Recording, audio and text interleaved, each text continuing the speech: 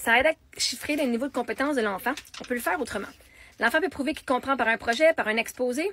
Le prof peut utiliser la triangulation ou compétence par projet. Ceci dit, c'est quoi que sur un bulletin? La prof, hein, toi, tu vas parler avec l'enfant, tu vas faire un exposé. Toi, tu mets une note.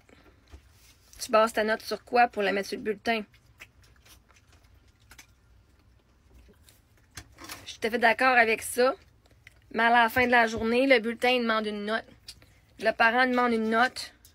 Tu dois mettre une note sur le bulletin. C'est pas comme ça au primaire, c'est genre, soit tu passes ou tu passes pas. Et ça sert à quoi de mettre un niveau de compétence à l'enfant? T'as un 5 sur 10, ça sert à quoi?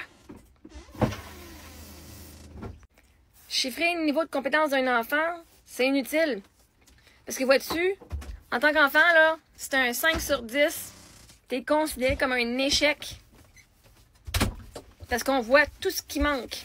Ou de voir ce qu'il a acquis. Parce que quand on parle de progression, on dit, man, au début de l'année, il connaissait rien, il connaissait pas rien de ça. Puis là, à la fin de l'année, il a acquis 50% des compétences. Merveilleux. Mais après, on continue où ce qui est rendu. Mais là, une autre compétence, il est peut-être à 100%. Bon. Mais ça, on s'en fout. Les écoles, ils s'en crissent comme l'an 40. Hey, moi, je connais une personne, là. Sa fille, elle passe avec des 80-90 dans tout.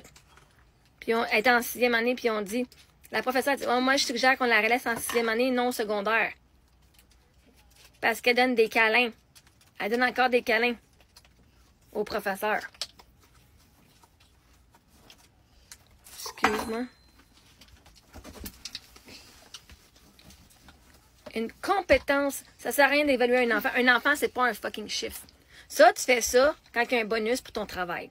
Ah, t'as rendu un 6 sur 10, c'était un 7, un 5 sur 10. Ben là, tu as eu un point de plus, ben tu vas avoir 1000 pièces de plus. L'enfant, ça ne donne absolument rien. Puis même en fait, les chiffres, ça les fait un stigma. Si t'es trop bon, le monde va rire de toi. Si t'es Miss Parfaite, puis quand t'es pas assez bon, le monde va rire de toi. Moi, là, quand j'étais à l'université, là, mon cours quand je faisais, parce que c'est des lettres A, B, C, D, hein, mais aussi, un de mes cours, en études autochtones, c'était un passe ou échec. OK?